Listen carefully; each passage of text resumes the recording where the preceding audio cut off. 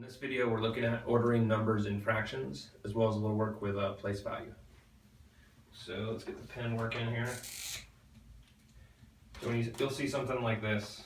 So here we're going to give you 4 fractions, right? Like 2/3, 3/5, 1/3, 1/2. Okay, and it's going to say order these from smallest to largest, right? And they may give you whole numbers or decimals. We'll go through that in a second also. Okay, so what we need to do here is put it on a number line, right? These are all positive, right? And all less than 1. Everybody would agree? So 1 would be the biggest, 0 would be the smallest.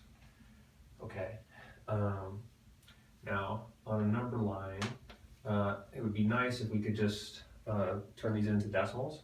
Right, so real quickly, 2/3 is 0.66, 3/5, 0.60, 1/3, 0.33, 1/2, 0.50. Okay, and we get that just by dividing these two into each other. And you need to be comfortable doing things like this with a denominator less than 5. 5 or less, and just being able to make some simple calculations. So if that's not obvious to you, it's just something that you're going to have to practice a little bit, right? And then we're just ordering these from smallest to biggest here, right? So 0.33 is the smallest one, right there. 0.50 right in the middle. 0.60 would be third. 0.66 right next to it, right? And that would be our order. Is 0.33, 0.50, 0.60, 0.66. Then if we need to turn that back into the original question, the fraction, 1/3, 1/2, 3/5, 2/3. Okay, so for some people the number line helps them a lot, seeing it go from 0 to 1 like that. For other people, they don't like the number line, they just want to convert it. But either way, you're going to need to convert it to a decimal so that you can go about solving this problem.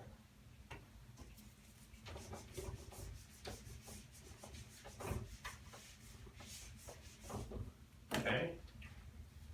More. All right. So on this one, they're already all decimals. Doesn't always make it easier.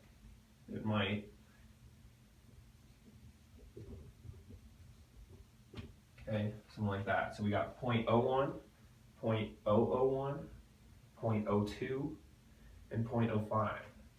Okay, so this sometimes is obvious to people right away, and sometimes not. So the main thing here is like take your time and think this out a little bit, right? So 0.01 is 1/100, right? 1/100th. 0.02 is 2/100ths. We're skipping over the 0.001 because maybe that's not as obvious to you right away. 0.02 is 2/100ths, 0.05 is 5/100ths, right? So we know that of those 3, 0.01 is the smallest, yes? So when there's an extra 0 in front of it, 0.001, that means 1/1,000. Okay, so right here we would say 0.001 must be the smallest, right? It's 1/1,000. We just said 0.01 was of the original 3 that we picked. That was the second, and then 0.02. And 0.05. Again, if the number line makes you more comfortable, you go ahead and can use that anytime we have decimals. And that's how you go about doing that one.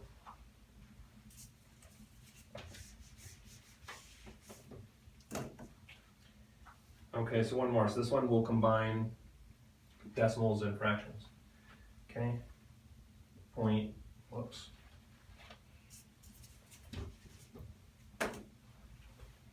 0.23, 1/4, 1/5,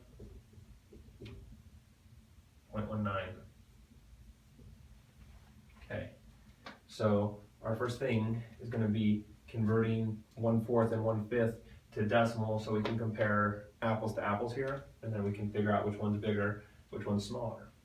Okay, so 0.23 we still have. 1/4 is 0.25. 1/5 is 0.20 and 0.19.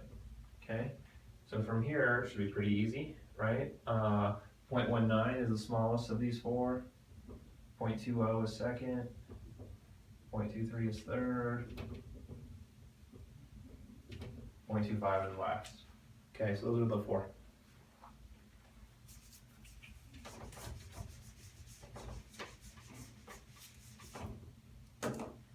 All right, so those are all the smallest to largest examples. All right, so now let's look at place value for a sec.